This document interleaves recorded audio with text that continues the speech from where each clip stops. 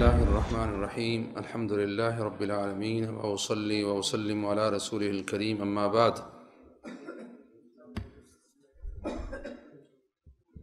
آج ہماری بڑی خوش قسمتی ہے کہ آج ہمارے درمیان ایسی شخصیت موجود ہے جو صرف اور صرف شرعی طریقے سے کتاب و سنت کی نصوص سے جادو ٹونا اور نظر جو اس طرح کی چیزیں ہیں ان کا دم کرتے ہیں۔ آپ کا تعارف جو ہے پاکستان میں کسی تعارف کے محتاج نہیں ہے، یہاں چونکہ بعض ساتھی نئے ہیں اس لیے ہم شیخ صاحب کا تعارف کروا دیتے ہیں۔ آپ جو ہیں محمد اقبال سلفی صاحب کے نام سے مشہور ہیں۔ اسلام آباد راولپنڈی میں ان کا سلفی ہاؤس ہے۔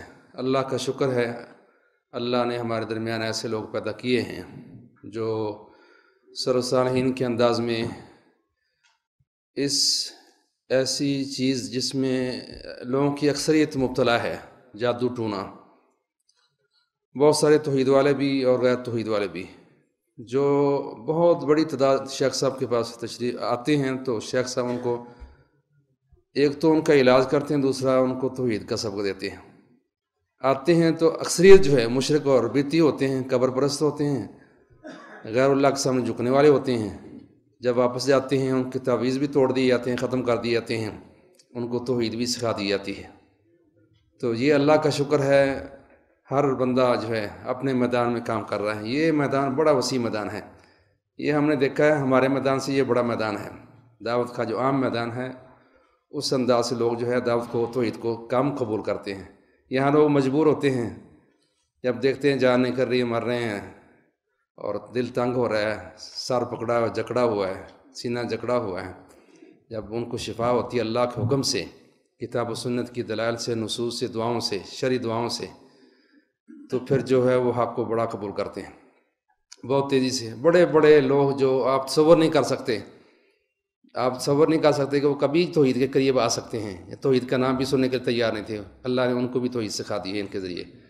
اللہ رب العالمین ہمیں اور ہمارے شیخ کو اس دنیا میں بھی توحید کو عام کرنے کی، کتاب و سنت کے تعلیمات کو عام کرنے کی توفیق عطا فرمائے، اور ہم سب کو اس دنیا میں اللہ رب العالمین دین پر، توحید پر، سنت پر قائم رکھے۔ اس دنیا سے جب ہم جائیں کتاب و سنت سے کے مطابق جو ہے ہماری موت جو ہے دین پر اور کلمہ شہادت پڑھتے ہوئے جائے۔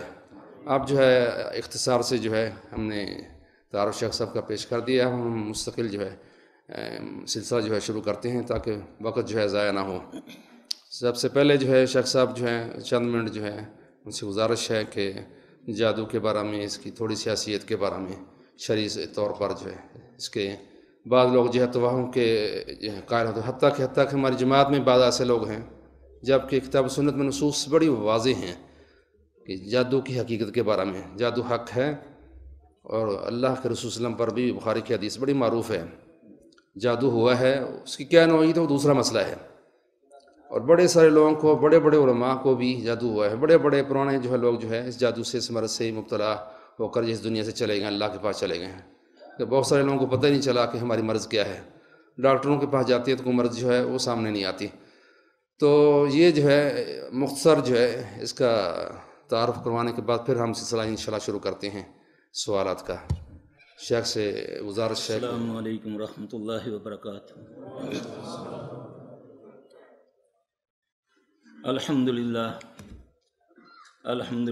نحمدہ ونستعینہ ونستغفرہ ونؤمن بہ ونتوکل علیہ ونعوذ باللہ من شرور انفسنا ومن سیئات اعمالنا ومن يهده الله فلا مضل له ومن يضلل فلا هادي له أشهد أن لا إله إلا الله وحده لا شريك له وأشهد أن محمدا عبده ورسوله أما بعد فإن خير الحديث كتاب الله وخير الهدي هدي محمد صلى الله عليه وآله وسلم وشر الأمور محدثاتها وكل محدثات بدعة وكل بدعة ضلالة وكل ضلالة في النار۔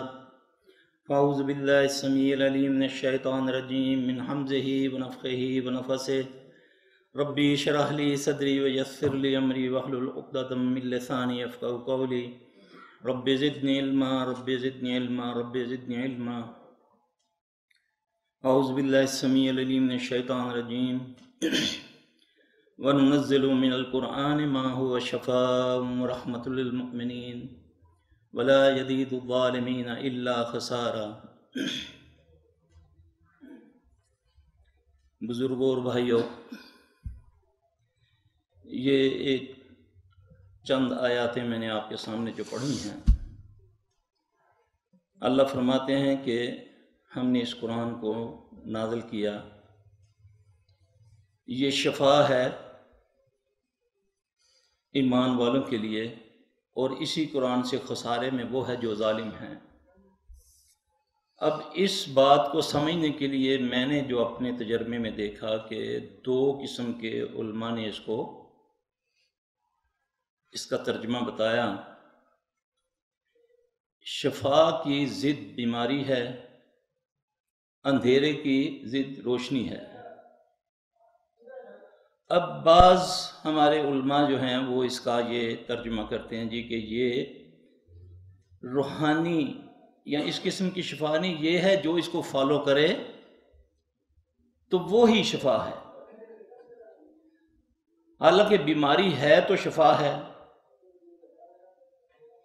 کہتے نہیں یہ جسمانی بیماریوں کی شفا نہیں ہے۔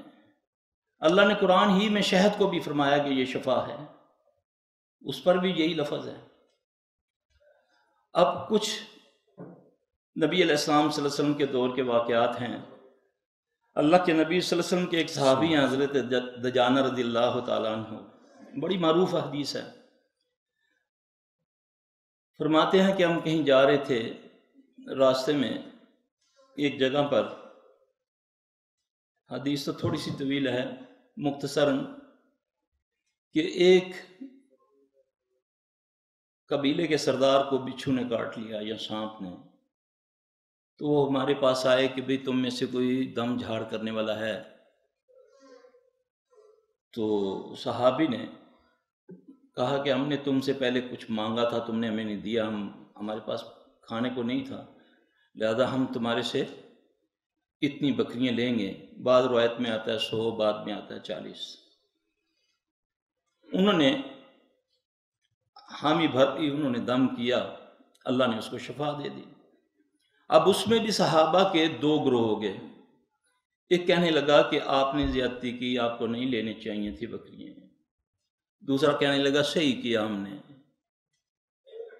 یہ واقعہ اللہ کے نبی صلی اللہ علیہ وسلم کے پاس جاتا ہے، تو آپ صلی اللہ علیہ وسلم نے جب سنا تو پہلے اس صحابی سے پوچھا تو نے کیا پڑھا اس پر؟ اس نے عرض کی یا رسول اللہ صلی اللہ علیہ وسلم میں نے سورہ فاتحہ پڑھی۔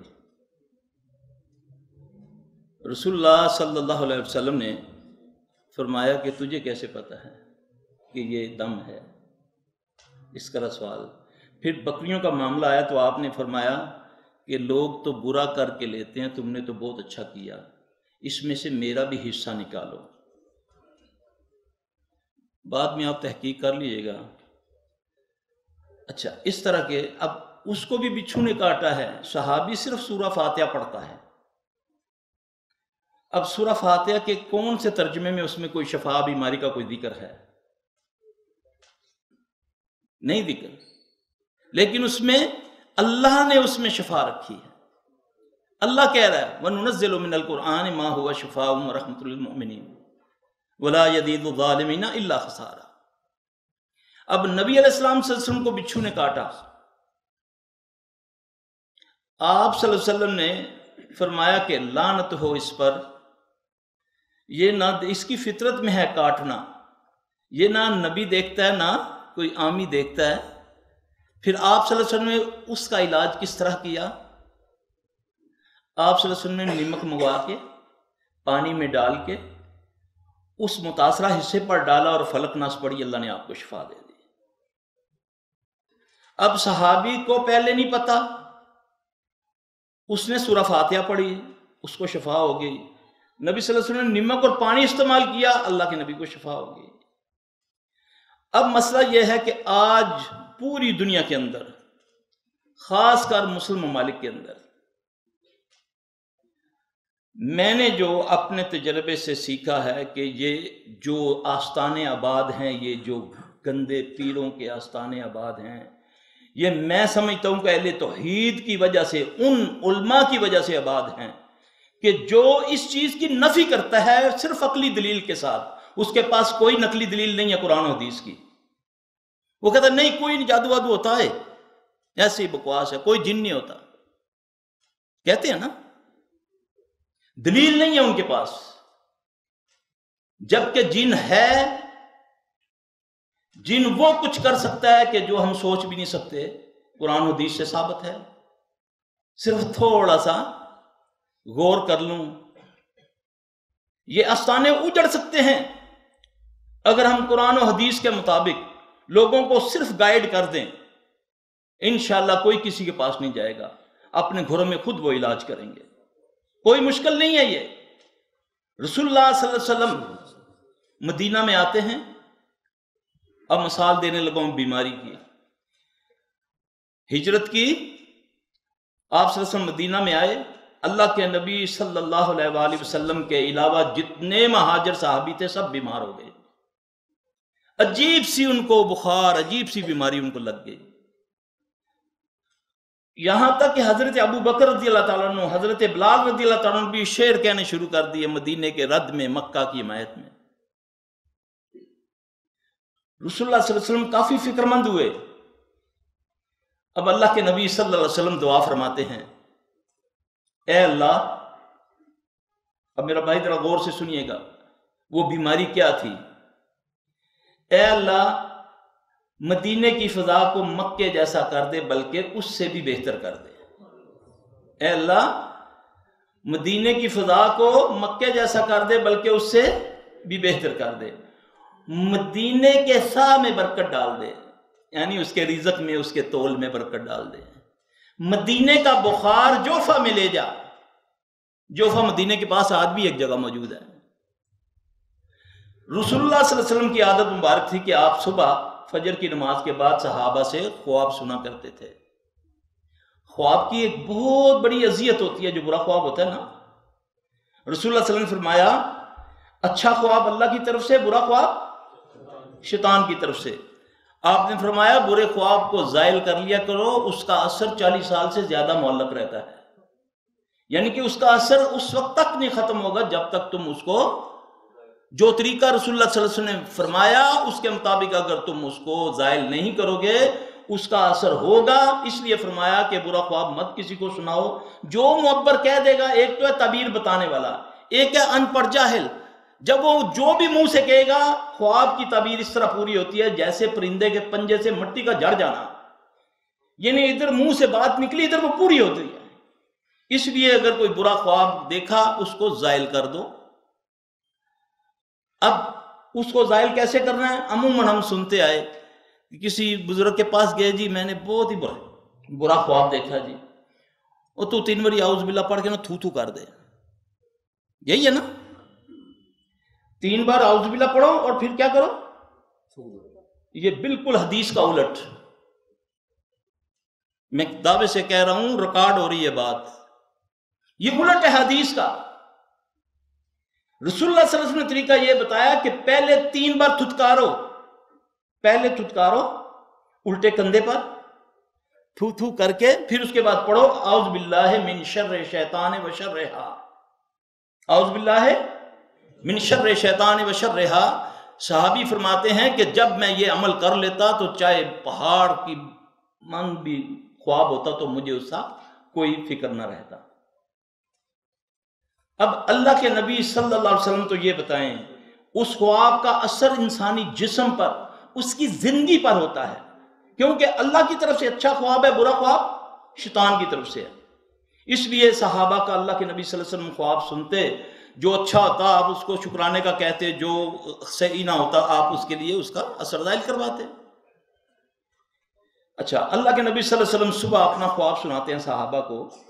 آپ فرماتے ہیں کہ میں کافی فکر مند تھا تو میں نے یہ دعا کی، یہ جو دعا بھی میں نے آپ کے سامنے پڑھی ہے. میں کیا خواب دیکھتا ہوں کہ کہ ایک دراز قد کی، لمبے قد کی عورت، کالی سیاہ بڑے ہونٹوں والی، بڑی بڑی آنکھوں والی، لمبا کالا چوگا پہنے ہوئے مدینہ سے نکل کر جوفا کی طرف جا رہی ہے۔ جب یہ معاملہ ہوا اس کے بعد سارے صحابہ بغیر علاج کے ٹھیک ہو گئے۔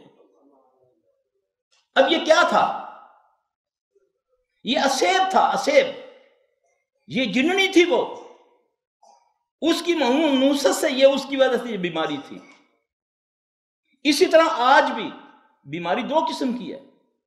ہمارا ایمان تو جراثیم پر بنا دیا گیا کہ آج ڈینگی وائرس آ گیا، پورا پاکستان مر جائے گا، جلدی جلدی علاج کرو۔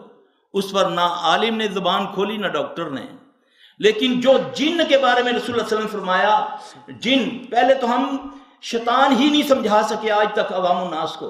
جب بھی شیطان کا ذکر آتا ہے تو ذکر کیا آتا ہے؟ جیسے ابلیس کی بات میں کر رہا ہوں۔ سوچنے والی بات ہے۔ اللہ اکیلا ہے نا، اس کی ذات کا کوئی ساجا نہیں ہے، ٹھیک ہے نا؟ وہ مستوی عرش ہے اپنے وجود کے ساتھ، عرش کے اوپر۔ اس کی ذات کیسی ہے؟ جیسی اس کی ذات، جیسی اس کی شان۔ لیس کمثلہ شیء، ہمارے میں کوئی کسی کے پاس ضرورت نہیں ہے کہ اس کی کوئی کوالٹی بیان کر سکے، جتنا بتایا اس کے مطابق۔ کیا ابلیس ملعون جو ہے اس کی بھی یہی حیثیت ہے کہ وہ سمندر پر تختہ لگا کے بیٹھا اور ساری دنیا کو رگلا لے وہ اکیلا؟ سوچنے والی بات ہے۔ وہ تو اللہ کی ذات ہے، کائنات کے اندر کوئی چیز اس سے پوشیدہ نہیں، ایک پتا اس کے حکم کے مطابق نہیں ہل سکتا نہ گر سکتا ہے۔ تو ابلیس ملعون کے پاس بھی یہی طاقت ہے کہ وہ اکیلا تخت پر، سمندر پر تختہ لگائے بیٹھا ہے اور ساری کائنات میں وہ ظلمت کروا رہا ہے یا ظلم کروا رہا ہے۔ یہ اس کی ذریت ہے۔ شیطان کس میں سے تھا؟ ابلیس کس میں سے تھا؟ جنوں میں سے۔ پھر جنوں کی اولادیں ہیں۔ تین کاموں کے علاوہ اللہ کے نبی صلی اللہ علیہ وسلم نے پوچھا صحابہ نے، یا رسول اللہ صلی اللہ علیہ وسلم، یہ جو ہم سے لوگ برے کام شیاطین کی وجہ سے ہوتے ہیں، کیا کوئی ایسے بھی گناہ ہیں جو ابلیس خود کرواتا ہے؟ کوئی ایسا بھی گناہ ہے جو کہ ابلیس خود کرواتا ہے؟ آپ صلی اللہ علیہ وسلم نے فرمایا 3 گناہ ابلیس خود آ کر کرواتا ہے، 3 گناہ۔ ایک، جب خلوت میں غیر محرم عورت اور مرد ہوتے ہیں تو ابلیس خود آ کر کوشش کرتا ہے کہ ان سے برائی ہو جائے۔ دوسرا، جب آدمی اپنے اللہ کے ساتھ کوئی منت مانتا ہے، آج تو ہر بندہ اٹھ کر آ کر ہمیں کہتا ہے جی ہم پر جادو ہو گیا، اور آگے بیٹھے بھی ظالم ایسے ہوئے ہیں کہ وہ بھی جھوٹ سچ میں بھی حساب لگایا، جھوٹی بکواس کر کے کہہ دیا تیری پھپھو نے تجھ پر جادو کیا ہوا ہے، تیری خالہ نے کیا ہوا ہے، تیری ساس نے کیا ہوا ہے۔ زیادہ تر لوگ بد دعائے آتے ہیں، بد دعائے زیادہ تر لوگ آتے ہیں جنہوں نے منتیں مانی اور پوری نہیں کی، اس کی پکڑ ہو جاتی ہے۔ جب دوسری بات فرمایا کہ جو اللہ سے کوئی وعدہ کرتا ہے، منت مانتا ہے، پھر جب وہ پوری نہیں ہونے دیتا کہ اگر اس نے پوری کر لی تو اس کو فائدہ ہوگا، تو پھر وہ بندے کو کرنے نہیں دیتا، پھر یہ اس کا دوسرا داؤ ہوتا ہے، وہ خود کرواتا ہے آ کر۔ تیسرا، جب کوئی اللہ کا نیک بندہ فوت ہونے لگتا ہے، مرنے لگتا ہے، تو وہ اس کے پاس آ کر اس کو ورگلاتا ہے، اس کو بڑی لالچیں دیتا ہے کہ تو یہ کر لے، مجھے سجدہ کر دے، کبھی تجھے موت نہیں آئے گی، یہ ہے وہ ہے سارا۔ اس کے علاوہ جتنے گناہ ہیں یہ اس کی ذریت جنات کرواتے ہیں۔ اب آیا کہ جن جو ہے چوری کر سکتا ہے؟ لوگ کہتے ہیں جی اگر چوری کر سکتے ہیں تو پھر بینک کیوں نہیں لٹے جاندے؟ کہتے ہیں نا، یہ عقلی دلیل ہے۔ کیا آپ لوگ نہیں جانتے ابو ہریرہ رضی اللہ تعالیٰ عنہ جب پہرا دے رہے تھے فطرانے کی کھجوروں کا مال کا، تو وہ کون تھا؟ شیطان تھا نا۔ اب شیطان سے کیا مراد لیں گے آپ؟ ابلیس تھا۔ ایوب انصاری کے گھر سے کھجوریں چوری ہوتی تھی تو وہ کون تھا؟ وہ تو انہوں نے پکڑ لیا۔ کعب بن مالک کے گھر سے چوری ہو رہی تھی، یہ صحیح حدیث سے ہیں، انہوں نے تو پکڑ لیا ہاتھ سے۔ یہ ساری باتیں یہ دلیل کے ساتھ دے رہا ہوں میں، تاکہ کوئی میرا بھائی اگر کوئی کے دل میں کوئی شک ہو تو وہ پوچھ بھی سکتا ہے، وہ تحقیق بھی کر سکتا ہے۔ اسی طرح جادو کا یہ بھی رد ہو گیا۔ ابو ہریرہ نبی صلی اللہ علیہ وسلم کے صحابی ہیں، نبی کی امانت پر پہرا دے رہے ہیں۔ ہمیں تو صرف یہاں تک حدیث سنا دی گئی نا کہ ابو ہریرہ نے اس کو پکڑ لیا، پھر اس نے کہا چھوڑ دو میں غریب آدمی ہوں، پھر دوسرے دن تیسرے دن پورا تفسیر ابن کثیر میں اس کی پوری تفصیل اس طرح ہے کہ وہ پریشان ہو رہے ہیں کہ پتہ نہیں چل رہا، پہرا بھی صحیح دے رہا ہوں لیکن مال غائب ہو رہا ہے، کم ہو رہا ہے۔ جا کر عرض کرتے ہیں یا رسول اللہ صلی اللہ علیہ وسلم بڑی تندہی سے پہرا دیتا ہوں مگر مال کم ہو رہا ہے۔ رسول اللہ صلی اللہ علیہ وسلم نے اس کو ایک لفظ سکھایا کہ تو یہ پڑھ، سبحان من سخرک لمحمد صلی اللہ علیہ وآلہ وسلم، سبحان من سخرک لمحمد صلی اللہ علیہ وآلہ وسلم۔ جب انہوں نے اس کو پڑھنا شروع کیا تو دیکھتے ہیں کہ ایک بندہ چادر بچھا رہا اور مال سمیٹ رہا ہے، پھر بھی نہیں سمجھے صحابی رسول، روکا، رونے لگا، چھوڑ دیا۔ دوسرے دن پھر یہی ہوا، اللہ کے نبی صلی اللہ علیہ وسلم فرما رہے ہیں کہ ہو سکتا ہے تیرا ساتھی پھر آئے۔ تیسرے دن جب شدت سے پکڑا تو کہتا ہے اچھا مجھے چھوڑ دے، میں تجھے کلمے سکھاتا ہوں، تو آیت الکرسی پڑھ لیا کر، میں کبھی نہیں آؤں گا۔ رسول اللہ صلی اللہ علیہ وسلم کو جب یہ بات بتائی تو آپ نے فرمایا تھا جھوٹا، بات سچی کر گیا، وہ جن تھا۔ رسول اللہ صلی اللہ علیہ وسلم نے فرمایا کہ جن شیطان تمہارے انسان کے جسم کے اندر اس طرح گردش کرتا ہے جیسے خون گردش کرتا ہے۔ لوگ کہتے ہیں جی کیسے؟ جن کی جا سے 80 اشرف المخلوق ہیں، جندی کی اوقات ہے سامنے چھیڑے۔ واہ جی واہ، ایک جراثیم پر ہمارا ایمان ہے، مچھر پر ایمان ہے، جن پر ایمان نہیں ہے، جس کے بارے میں رسول اللہ صلی اللہ علیہ وسلم نے فرمایا۔ وہ استحاضہ والی جو حدیث ہے کہ جس کا خون نہیں رکتا، شیطان نے اس کی آنت کو ٹھوکر مار کے زخمی کیا، وہ عورت جو ہے وہ پاک ہے، اپنے ایام پورے کرے، نماز شروع کرے، کیونکہ شیطان نے اس کی آنت کو ٹھوک کر ماری ہے۔ یہ دلیلیں اس لیے میں دے رہا ہوں میرے بھائی، مسئلہ اصل میں یہ ہے کہ ہم نے یہ کام چھوڑ دیا، یہ آستانے آباد ہو گئے، یہ شرک و بدعات والے جو ہیں یہ اس کام پر ہے کہ لوگ جاتے ہیں اپنا ایمان ہی کھو دیتے ہیں، لوگ جاتے ہیں اپنی عزتیں لٹا دیتے ہیں، لوگ جاتے ہیں اپنا مال لٹاتے ہیں، لیکن ہاتھ میں کچھ نہیں آتا گمراہی کے سوا۔ یہ کام ہمارا تھا، یہ اہل توحید کا کام تھا۔ امام مالک رحمۃ اللہ علیہ کے نام سے جنات ڈرتے تھے، ابن قیم جنات کے ماہر تھے، امام سیوطی رحمۃ اللہ علیہ یہ ماہر تھے۔ پڑھ کے دیکھیں ان کی تاریخ، جتنے جتنے بڑے معالجین گزرے ہیں یہ سب جنات کے ماہر تھے۔ ہم خام میں بغیر دلیل کے انکار کرتے ہیں، قرآن کہتا ہے، ہم کہتے ہیں اچھا جو جن کا قائل ہے وہ سارے جنوں کو برا کہہ دیتا ہے، وہ کہتا نہیں سارے جن ہوندے فلانے، گالی کر نکالتا ہے۔ حالانکہ ایسا نہیں، اللہ قرآن میں فرماتا ہے کہ ان میں کچھ اچھے بھی ہیں۔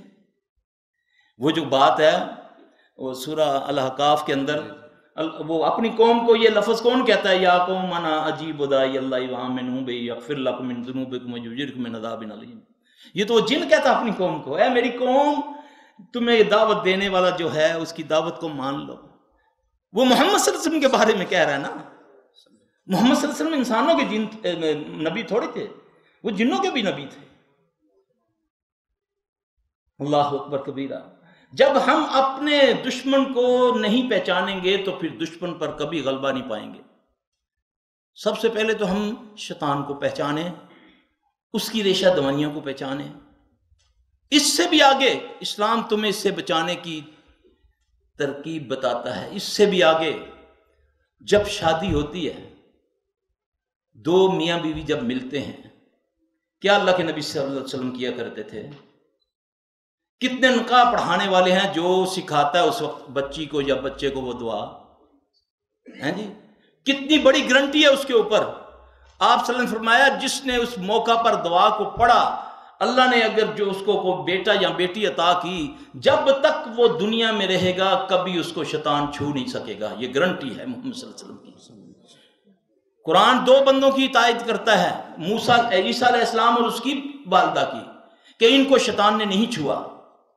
ایک صحابی ہے عمار بن یاسر رضی اللہ تعالیٰ عنہ، جن کے بارے میں آپ صلی اللہ علیہ وسلم نے فرمایا کہ عمار بن یاسر تجھ کو شیطان نے کبھی نہیں چھوا۔ چوتھا وہ بندہ ہو سکتا ہے جس کے بارے میں پیارے نبی صلی اللہ علیہ وسلم نے فرمایا کہ جس کے باپ نے یا ماں نے یہ دعا کو پڑھا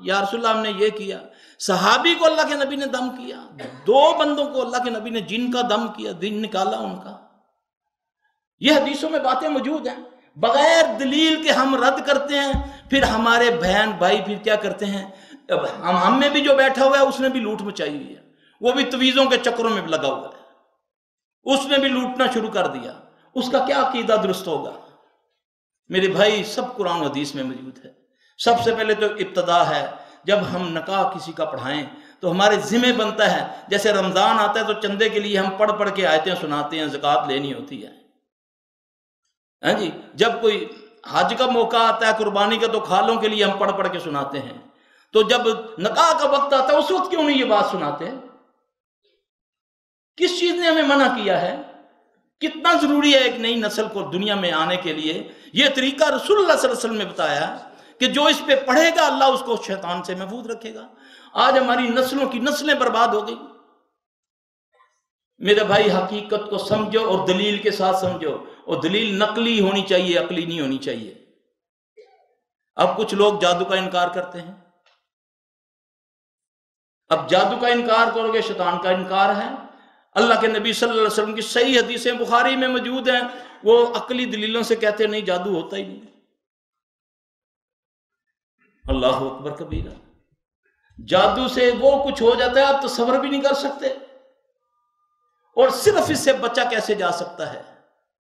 اللہ کے نبی صلی اللہ علیہ وسلم صبح شام کے اذکار بتا کر گئے ہیں. رسول اللہ صلی اللہ علیہ وسلم نے فرمایا کہ جو صبح فجر کی نماز جماعت کے ساتھ پڑھتا ہے وہ اللہ کی امان میں آ جاتا ہے. اللہ کی امان, گارنٹی اللہ کی طرف سے, اللہ کی, رب کائنات کی طرف سے.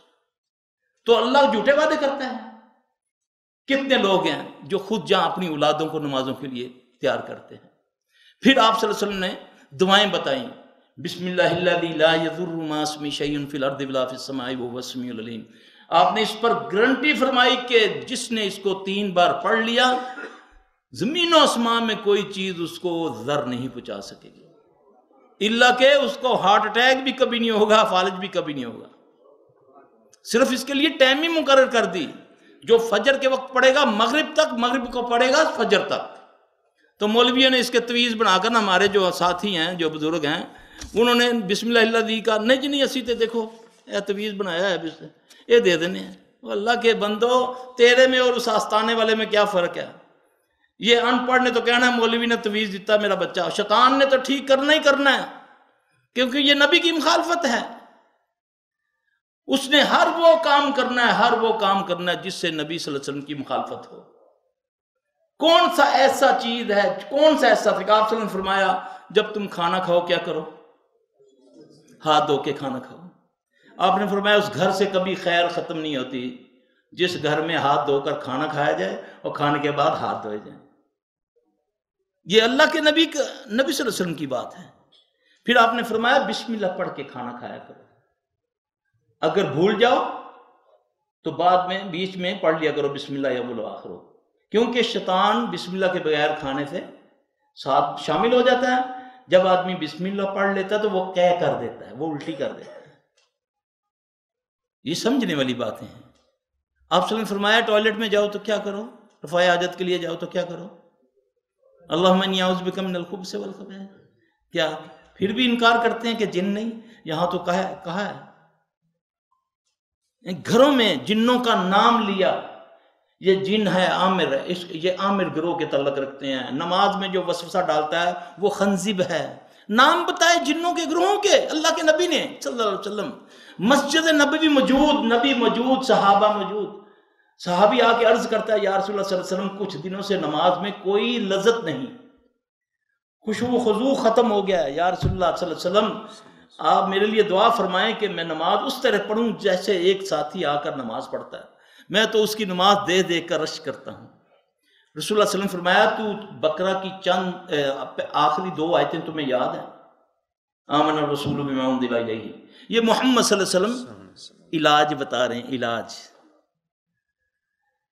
عرض کی ہاں یا رسول اللہ صلی اللہ علیہ وسلم میں مجھے آتی ہیں, تو اس کو پڑھا کر. کچھ دنوں کے بعد پوچھا ہاں بھی کیا حال ہے تمہارا, عرض کی یا رسول اللہ صلی اللہ علیہ وسلم بہتر ہے.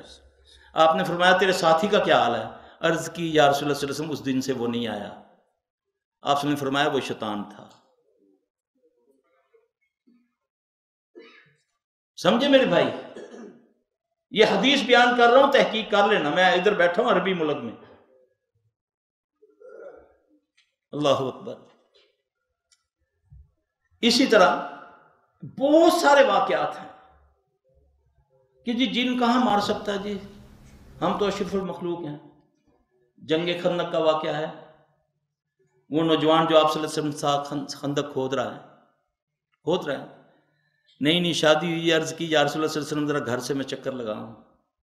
گیا، گھر پہنچا، گلی میں دیکھا وائف کھڑی ہے باہر، غصے سے کہنے لگا تجھے کس چیز نے باہر نکالا ہوا ہے اس وقت؟ کہنے لگی غصے مت ہو، پہلے اندر دیکھ کیا ہے۔ دیکھا تو اس کے بستر پر سانپ بیٹھا ہوا ہے۔ اب صحابی کہتا ہے کہ پتہ نہیں پہلے وہ صحابی مرا ہے یا وہ سانپ۔ جب یہ واقعہ نبی صلی اللہ علیہ وسلم کو پتہ چلا تو آپ نے فرمایا گھروں کے سانپوں کو اس طرح نہ مارا کرو، پہلے اس کو آواز دے دیا کرو کہ اگر تم ہم میں سے نہیں ہو تو یہاں سے چلے جاؤ ورنہ ہم تم کو مار دیں گے۔ اب وہ جن تھا۔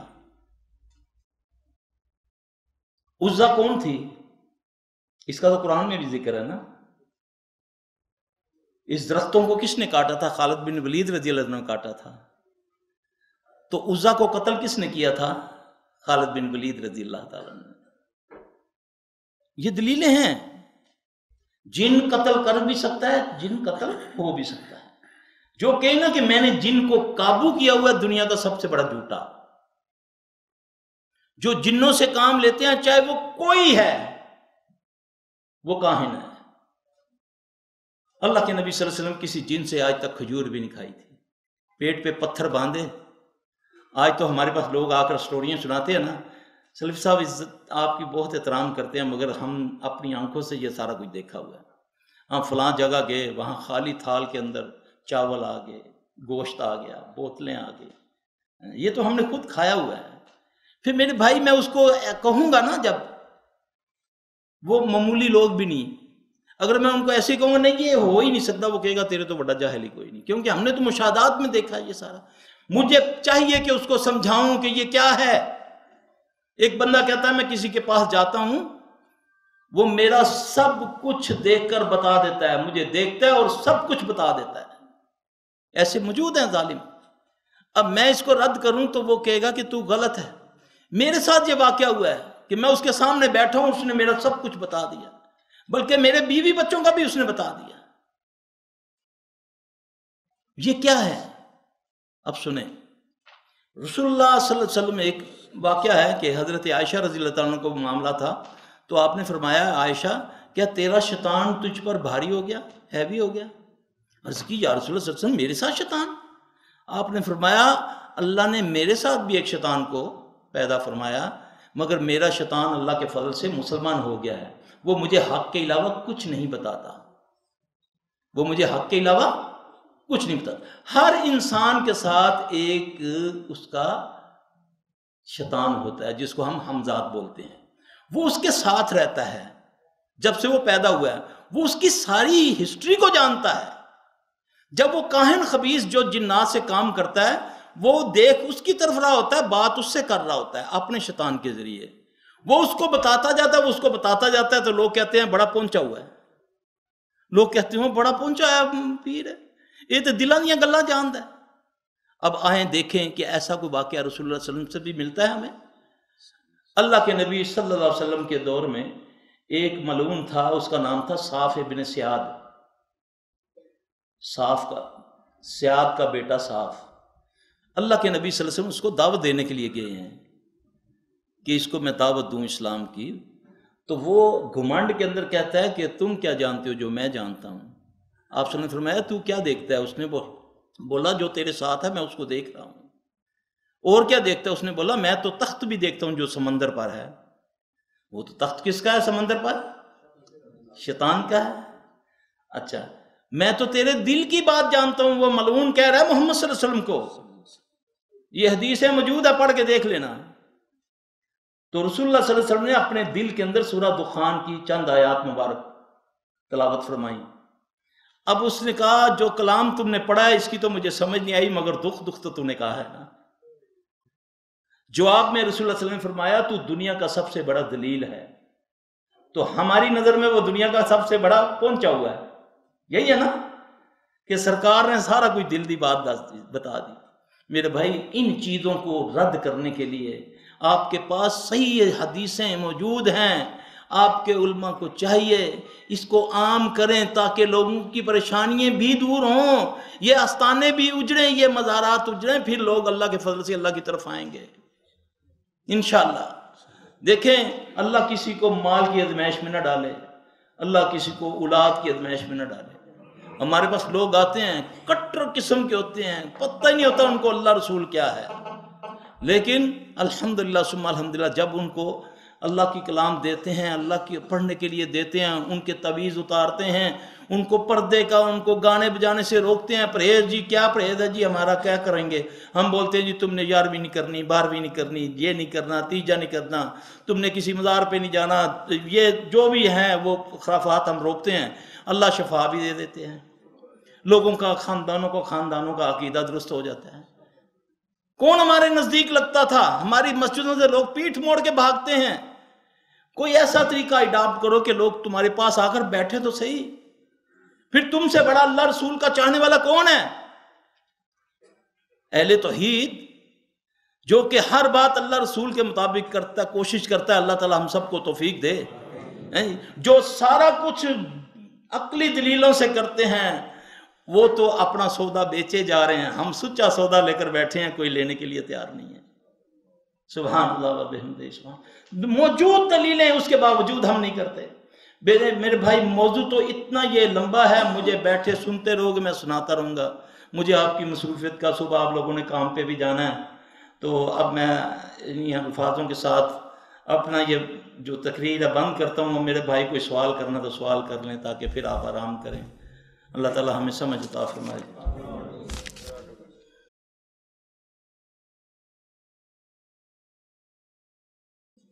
بسم اللہ الرحمن الرحیم. اگر کسی کو جادو آتا ہے اور وہ جادو کے طریقے بھی جانتا ہے تو کیا وہ جادو کے ذریعے لوگوں کی جائز طریقے سے مدد کر سکتا ہے؟ بالکل حرام. رسول اللہ صلی اللہ علیہ وسلم نے فرمایا حرام میں شفا نہیں، حرام میں شفا نہیں. اب نبی صلی اللہ علیہ وسلم پر جادو ہوا تو کیا جادو سے علاج ہوا؟ قرآن اترا نا، ٹھیک ہے، جبرائیل آئے، فلک ناس اتری. آپ صلی اللہ علیہ وسلم کے داڑھی کے بالوں کو گرے لگی تھی، 11 گرے لگی تھی. 2 صورتیں قرآن پاک کی اکٹھی اتری، ایک 5 آیتوں والی، ایک 6 آیتوں والی. 6 اور 5 11، ٹھیک ہے. وہ آپ پڑھتے گئے، گرے کھلتی گئی، نبی صلی اللہ علیہ وسلم کا جادو ختم ہو گیا. ٹھیک ہے. کس سے علاج ہوا تھا جادو کا؟ ظاہر ہے نبی پر جس نے جادو کیا ہوگا، نبیل بن عاصم خبیث کی بچیوں نے، تو کوئی معمولی جادو ہوگا؟ اللہ نے اس کو توڑ دیا. میری بات یاد رکھنا میرا بھائی، اللہ کہتا ہے بندے میں تیرے گمان کے مطابق ہوں. واللہ العظیم روحانی طاقت میں آپ کو بتاتا ہوں کیا ہے. روحانی طاقت کہتے ہیں، جس کو روحانی طاقت کہتے ہیں نا، وہ ہے صرف توکل. آپ جیسا اللہ پر گمان کریں گے، آپ خالی کچھ نہیں آتا، بسم اللہ پڑھ کے اللہ کو پنجابی میں کہیں یا اللہ میں نے یہی کوئی جاندہ ہی تھے، اینو ٹھیک کر دے.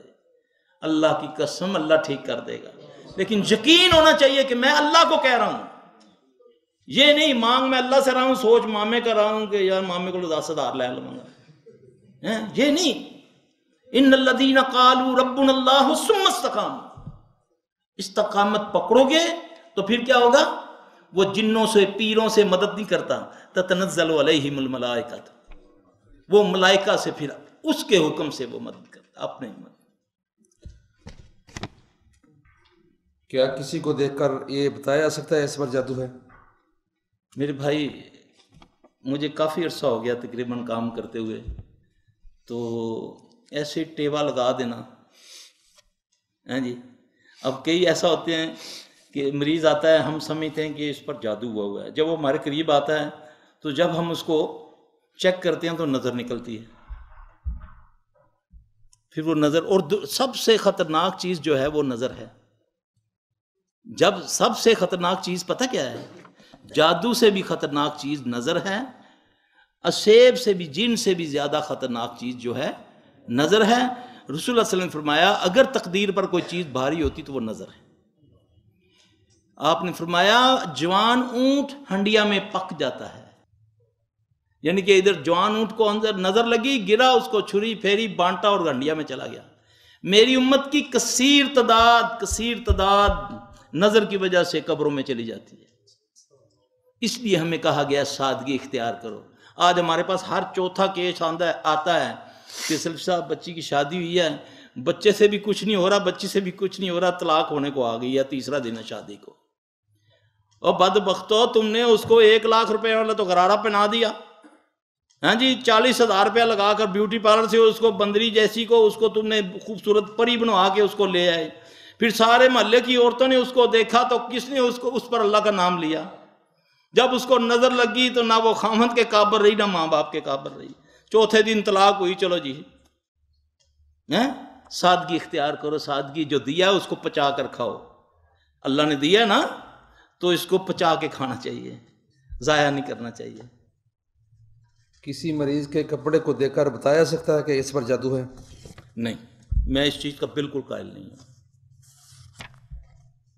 جادو علامات ہوتی ہیں، کچھ خواب ہوتے ہیں مریضوں کے، کچھ مریض پاس آ کر بیٹھتا ہے، یہ ہر جادو کے ساتھ نہیں ہوتا، اس کے مریض کے سے بدبو آ جاتی ہے، اس سے اندازہ ہو جاتا ہے کہ اس کو اس ٹائپ کا جادو ہے۔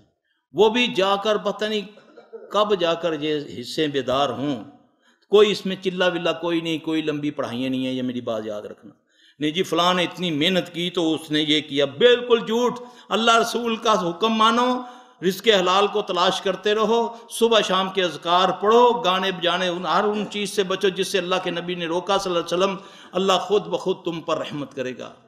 اللہ کے نبی صلی اللہ علیہ وسلم نے فرمایا اپنے شیطانوں کو کمزور کرو۔ وہ کیسے کمزور ہوگا؟ جب تم اللہ کے حکموں پر چلو گے تو وہ کمزور ہو جائے گا، جب تم اللہ کی نافرمانی کرو گے وہ تم سے بھی زیادہ پلوان ہو جائے گا۔ رسول اللہ صلی اللہ علیہ وسلم پر جادو کیا گیا، اس کا علاج اللہ نے معوذتین اتارا ہے، کیا تعویذ گنڈوں سے علاج کیا جا سکتا ہے؟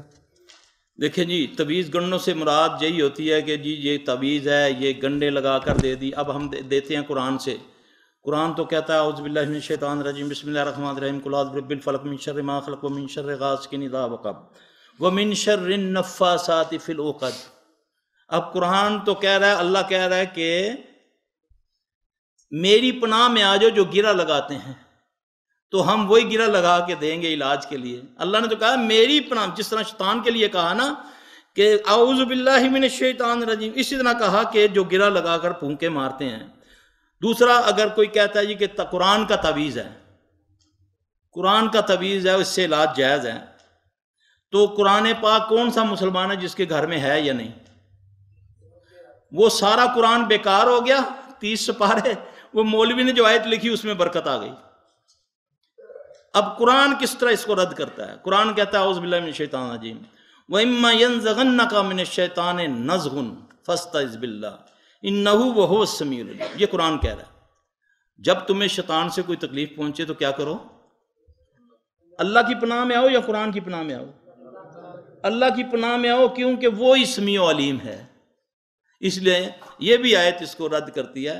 آپ اس کو تعویذ پہ لگائیں گے، یقین جانے کچھ نہ لکھ کر دیں، اس کی ماں کو گالی دے کر لکھ دیں تو وہ ٹھیک ہو جائے گا، وہ ٹھیک ہو جائے گا۔ اس لیے کیوں کہ شیطان نے قسم اٹھائی ہے کہ اللہ تیرے بندوں کو میں اپنے ساتھ دوزخ میں لے کر جاؤں گا۔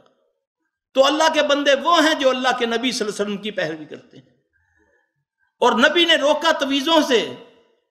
اس میں بھی ہم طویلیں کرتے ہیں، نہیں جی وہ تمیمیں، وہ فلاں فلاں فلاں علمی اس میں کر کے الجھا دیتے ہیں لوگوں کو۔ میرے بھائی اس کو سیدھی بات بولو۔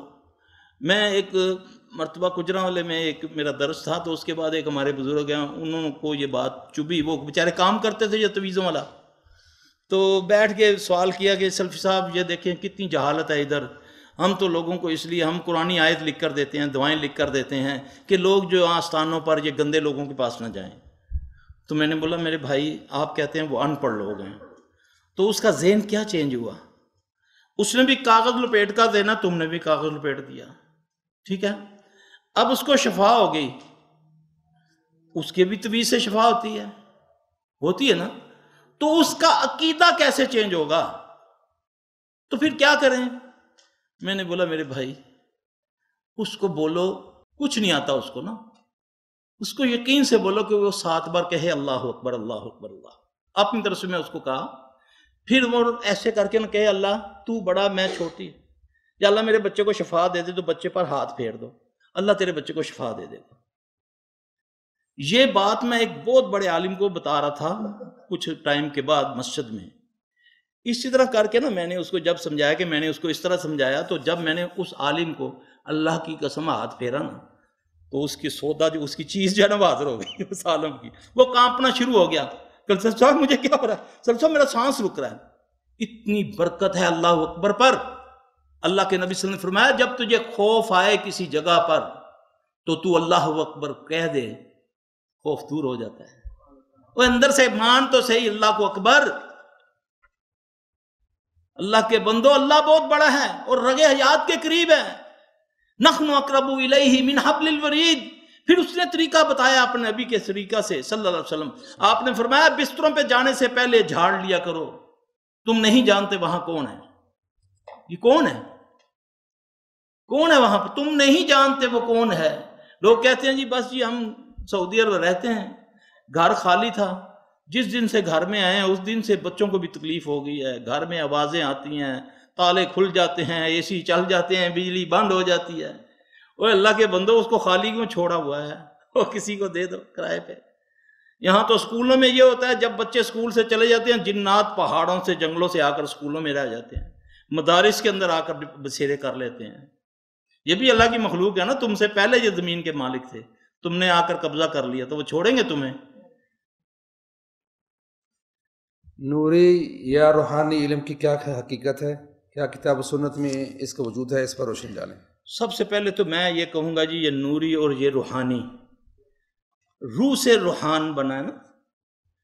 تم بیمار تو جسم ہوا، روح کہاں بیمار ہوئی؟ روح کے بارے میں تو فرمایا وہ تو امر ربی ہے، وہ تو نبی کو بھی نہیں بتایا کہ روح کیا ہے نا۔ جب وہ سوال کیا گیا کہ روح کیا ہے، جب وہ صحابہ کہف کا جو تو انہوں نے بولا یہ امر ربی ہے۔ بیمار تو جسم ہوا ہے اور شیطان کی وجہ سے ہوا، تو یہ روحانی بیماری کیسے ہوئی؟ یہ شیطانی بیماری ہے، شیطان نے چوکا لگایا اس سے وہ بیمار ہو گیا، ٹھیک ہے۔ شیطانی بیماریوں کا علاج کرتے ہیں ہم۔ یہ الفاظوں کی جو ملمہ سازی ہے نا، اس سے عوام الناس الجھے ہوئے ہیں، کیونکہ ہمارے پاس ٹائم کوئی نہیں ہے۔ مولوی صاحب تسی کچھ کرو، وہ مولوی کہنا ہن پھسیا نا تو جان 6 من گوشت دا پیسے دینا، راتی قبرستان ہی جا کے چلا کرنا ہے۔ سعودی عرب کما کے گیا، اتنے جا کے 6 من گوشت ہر ہفتے دے رہا، سارے پیسے بابے ہوری کھا کے پھر سودا جن اتنے دا اتنے ہی۔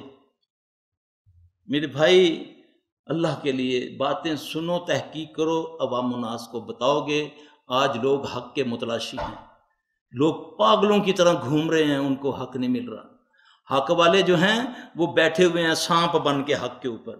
جب اس کے پاس جاؤ اس کے پاس ٹائم ہی نہیں ہے، اس کو بولو جی مولوی صاحب میری بچیاں نو انج ہو رہا ہے، تو بہن نو انج ہو رہا ہے، تو ماں وہ نہیں کچھ نہیں ہوتا، کچھ نہیں ہوتا، پڑھ دیا کر دو، پڑھ کے تو جان چھڑاتا ہے اس کو۔ پھر جب وہ حد سے زیادہ بڑھتا ہے معاملہ تو پھر وہ جاتا ہے کسی شیعہ کے پاس، ہندوؤں کے پاس لوگ جاتے ہیں، پھر جا کر ان سے علاج کرواتے ہیں، سارا کچھ کھو دیتے ہیں۔ اللہ اکبر، اللہ محفوظ رکھے، اللہ ایسی ازمائش میں کسی کو نہ ڈالے۔ کسی نے ہمیں جادو کر دیا ہے، اس کی ہمیں خبر کیسے ہوگی اور کیا کرنا چاہیے؟ اللہ کے نبی صلی اللہ علیہ وسلم کو خبر کیسے ہوئی؟ دیکھو نا، کسی نے کہہ دیا ایسے ہی، پہلے تو پتہ چلا کہ جادو ہے بھی کہ نہیں۔ کسی نے بولا بھائی کتا تیرا کانا لے گیا، وہ کان دیکھے بغیر کتے کے پیچھے بھاگ رہا ہے، یعنی کہ کان کو چیک نہیں کیا۔ چلو اگر کتا لے بھی گیا ہے تو وہ تو چبنے والی بوٹی ہے، وہ تو کڑچ کر کے کھا گیا، اب تو کان کا علاج کرا۔ ہمیں لوگ آتے ہیں نا، کہتے ہیں جی ہمیں بتائیں یہ کیا ہے، کیا ہوا ہے، میں نہیں بتاتا۔ علاج کروانا ہے، علاج کروانا تو کر دوں گا، پوچھو گے تو 5 لاکھ روپیہ لوں گا، پھر علاج نہیں کروں گا۔ دینا ہے تو میں بتاؤں گا، پھر علاج نہیں کروں گا۔ پہلے تو یہ دیکھا جائے کہ کسی نے ہم پر جادو کیا تو کیسے پتہ چلے، تاکہ اسی انہوں قتل کریے، انہوں لڑائی کریے، یہی ہوگا نا۔ ہمیں صرف اور صرف عام کھانے سے غرض ہونی چاہیے۔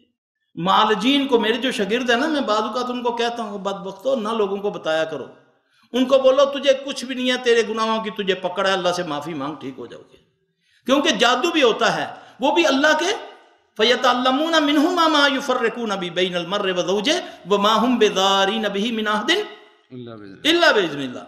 میاں بیوی میں جدائی کرتے ہیں، جدائی ڈالنے کے لیے جادو کرتے ہیں، یہ قرآن کہہ رہا ہے، مگر یہ نہیں در پہنچا سکتے جب تک اللہ کا حکم نہ ہو۔ تو اس لیے میرا بھائی، ہم جو جس طریقے سے اللہ کی توفیق سے علاج کرتے ہیں، ہم نے فیس رکھی ہوئی ہے بتانے کی، نہ کسی کے پاس نہ 9 من تیل ہوگا، نہ رادہ ناچے گی۔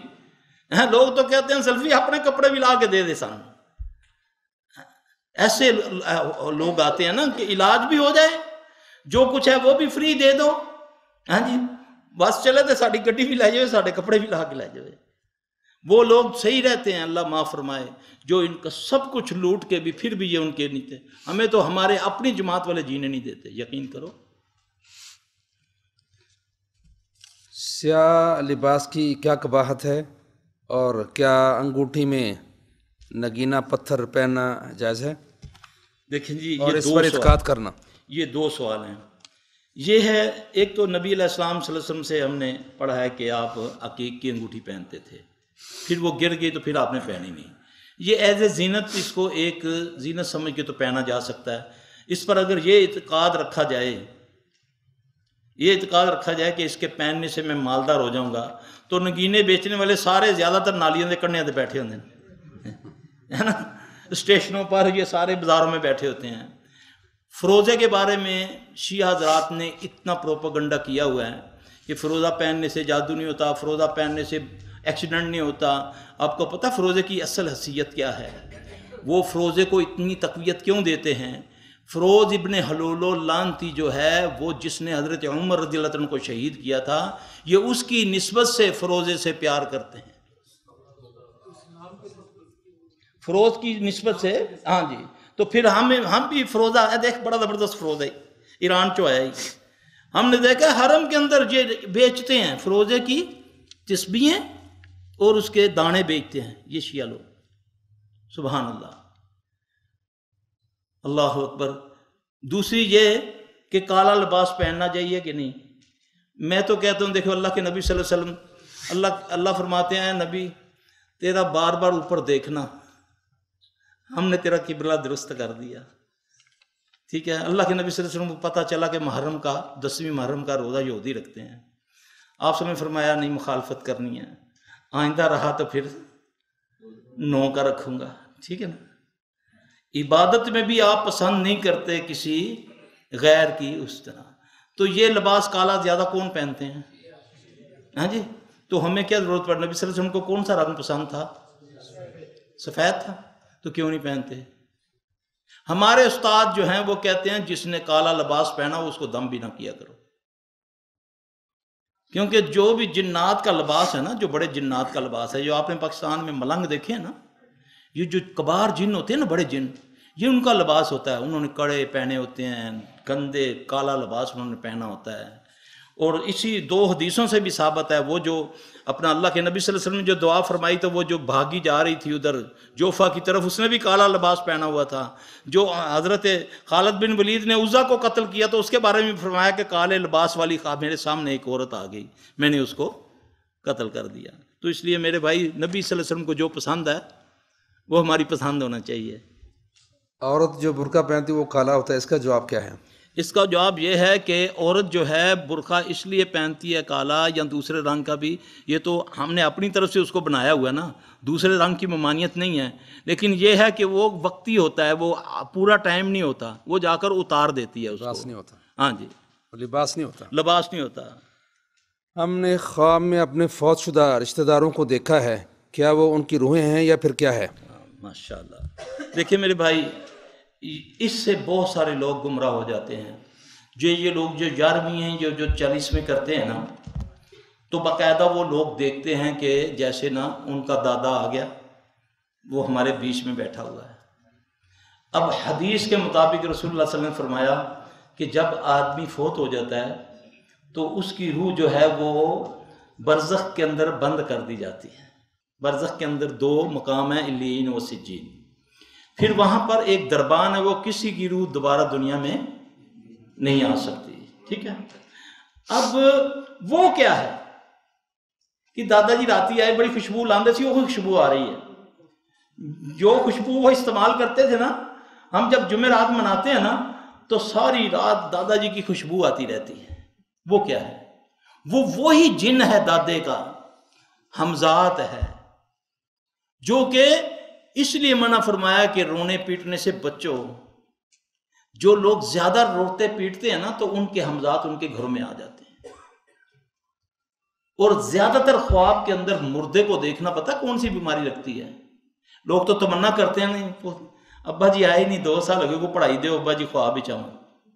لوگوں نے وظیفے بنائے ہوئے ہیں کہ یار نبی صلی اللہ علیہ وسلم خواب میں آنے چاہیے. اچھا نبی صلی اللہ علیہ وسلم خواب میں آئے تو کیا کرو گے تم؟ زندگی کو، جس زندگی میں نبی صلی اللہ علیہ وسلم کو جنہوں نے دیکھا، جن کو ہدایت نہیں ملی تو انہوں نے بیچ میں بھی نبی صلی اللہ علیہ وسلم کے بیٹھے ہوئے ہدایت نہیں ان کو ملی، تو خواب میں دیکھ کر تم کیا کرو گے؟ تم پیر بن جاؤ گے، تم ولی اللہ بن جاؤ گے. کبھی تمنا ہی نہ کرو. ہمیشہ جن کی خوابوں میں زیادہ مردے آتے ہیں ان کو جوڑوں کی تکلیف ہو جاتی ہے، جوڑوں کی ہڈیوں کی تکلیف ہو جاتی ہے. کیا جنات انسانوں سے شادی کر سکتے ہیں؟ بس چونکہ ٹائم ختم ہو رہا ہے، 1-2 چھوٹے سوال ہیں، ہم اس سے ختم کرتے ہیں. جنات زبردستی شادیاں کر لیتے ہیں. ہاں جی. انسان کبھی کبھی، میرا ایک بیچارہ شگرد تھا، اللہ اس کی حفاظت کرے، میں سعودی عرب آیا ہوا تو مجھ کو فون آیا، استاد جی مبارک ہوئے، میں ایک جننی نہ بیاہ کر لیتا. میں کیا پتر ہوں تو تیار رہی، تیری اثر جڑی ہے نا جننی وہ نال رہ لگی. کیونکہ جن جو ہے نا، جن انسان کے ساتھ زیادتی کر سکتا ہے، اس کے ساتھ برائی کر سکتا ہے، انسان سے برائی کروا سکتا ہے.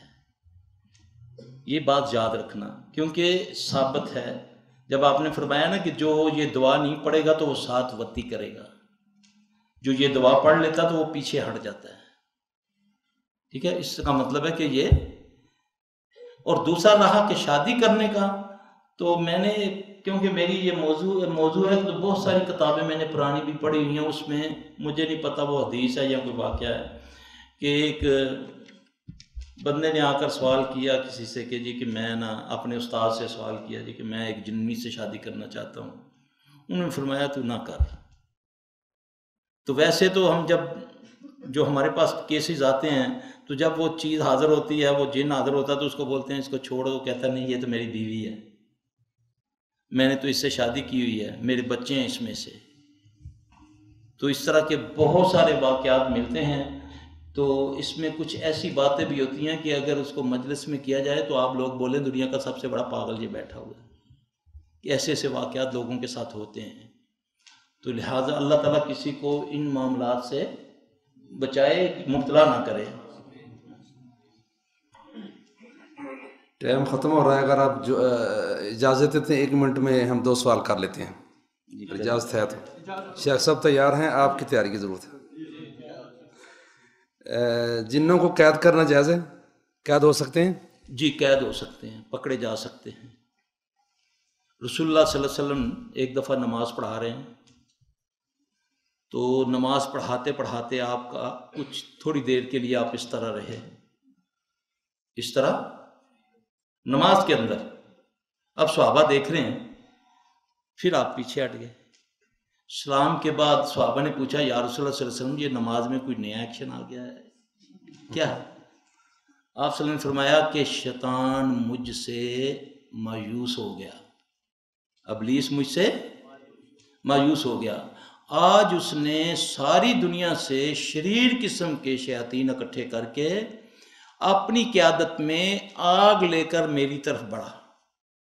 اپنی قیادت میں آگ لے کر میری طرف آیا، تو میں نے جب اس کو قریب پایا تو میں نے 3 بار، نماز کی بات ہے، نماز کی حدیث بھی صحیح ہے، تحقیق کر لیجئے گا، علماء حضرات جہاں موجود ہیں. تو میں نے پڑھا اعوذ باللہ من الشیطان الرجیم، اعوذ باللہ من الشیطان الرجیم، اعوذ باللہ من الشیطان الرجیم. وہ نہیں رکا، وہ آتا ہی گیا قریب. جب بالکل قریب آیا تو میں نے الآن کا بلعنت اللہ 3 بار پڑھا کہ میں اللہ کی لعنت کے ساتھ تجھ پر لعنت کرتا ہوں، تو آگے بڑھ کے میں نے اس کو گردن سے دبوچ لیا. میں نے اتنی زور سے اس کی گردن دبائی کہ میں نے اس کی زبان کا لواب اپنے ہاتھ پر محسوس کیا. اگر مجھے اپنے بھائی موسیٰ علیہ السلام کی دعا سلیمان علیہ السلام کی دعا کا خیال نہ آتا تو میں اس کو مسجد کے ستون سے باندھ کے بچے بلوا کر اس کا مذاق اڑواتا. اس کو باندھا بھی جا سکتا ہے، اس کو قید بھی کیا جا سکتا ہے. جنوں کو جلایا جا سکتا ہے، یہ اللہ کی مرضی ہے جی. جلانا مارنا اللہ کی مرضی ہے. یہ جو کہتے ہیں نا میں نے پڑھائی کی جن جل گئے، وہ زیادہ دھوکے میں آ جاتے ہیں. باقاعدہ جلنے کی بدبو بھی آتی ہے. خبیث جو ہے نا وہ چم جڑاتا ہوتا ہے کسی کا چمڑا لا کر نا. وہ کہتے ہیں دیکھو جی یہ چمڑے دی بو آندی پئی ہے نا، یہ تواڈے گھر چوں، یہ میں جن جلا رہے ہیں تواڈے. یہ شوبدے ہوتے ہیں، شوبدے. آپ نے کلام پڑھنی ہے، اللہ کو دعا کرنی ہے کہ اللہ تو ہمارے معاملات سیدھے کر دے. وہ جانے جن جانے اس کی مخلوق ہے، ٹھیک ہے. ہم نے راستہ لگا دینا ہے، بتا دینا ہے. اگر کوئی شریر لڑنے کو آتا ہے تو ہم لڑتے ہیں، اللہ کا فضل ہے، مر بھی جاتے ہیں. وہ اللہ کا شکر ہے. کیا زیادہ بیماریاں جنوں کو ایسے جادوگوئے ہوتی ہیں یا ویسے ہوتی ہیں؟ میرے بھائی میں نے جو اپنی زندگی میں تجربہ ہے میرا الحمدللہ، جس بیماری پر کوئی دوائی اثر نہ کرے، جو ڈاکٹر کو سمجھ نہ آئے، وہ جناتی بیماری ہے. کم از کم نہیں تو 90% لوگ جناتی بیمار ہوتے ہیں. اس میں بھی زیادہ تر 70% لوگ نظر کی وجہ سے بیمار ہوتے ہیں. کینسر کی بیماری ہوتی جنات کی وجہ سے. کیونکہ جتنے بھی ڈاکٹر ہیں دنیا کے ڈاکٹر یہ قیاس کرتے ہیں کہ فلاں وجہ سے کینسر ہو گیا، فلاں وجہ سے کینسر ہو گیا، فلاں وجہ سے کینسر ہو گیا. جبکہ جن آگ سے ہے، آگ سے ہے نا. تو ہمیں فرمایا نا کہ صبح شام کیا کہا کرو، اللہم آجرنی من النار. 7 بار پڑھا کرو. ہم نے اس کا ترجمہ پتہ کیا کیا؟ اللہ دوزخ کی آگ سے بچا. حالانکہ یہ ترجمہ نہیں بنتا. اللہ ہمیں ہر قسم کی آگ سے بچا. تو جنات بھی آگ سے پیدا کیے ہیں. جو اس کو پڑھتا ہے اللہ اس کو جنات سے بھی بچاتا ہے. اور کبھی دیکھنا کبھی کسی کو جن حاضر ہوا ہو نا تو ہم باتیں کرنی شروع کر دیتے ہیں اس کے ساتھ. فیوچر بھی نہیں کچھ ہے، مینو کی ہے تو تینوں کی ہے، میری ماسی نے کی ہوئے گا تو ماسی نے خالہ نے کی ہوئے گا. یہی کرتے ہیں نا. وہ تمہیں باتوں میں لگا کر پڑھائی رکوا دیتا ہے. جب جن حاضر ہو جائے زیادہ پڑھو قرآن، گفتگو نہ کرو، زیادہ پڑھو. انشاءاللہ تعالیٰ اللہ کے فضل سے اس کو تکلیف ہوگی، وہ چند دنوں میں چھوڑ جائے گا اللہ کے حکم سے انشاءاللہ تعالیٰ. دل تو کرتے ہیں ہم سوال کرتے جائیں اور شیخ ہمارے جو ہیں ہمیں جواب دیتے جائیں. مجلس بڑی اچھی ہے لیکن ٹائم بہت زیادہ ہو گیا ہے. ٹائم بلکہ تقریباً 20-25 منٹ اوپر ہو گئے ہیں اور اس پر معذرت بھی کرتے ہیں.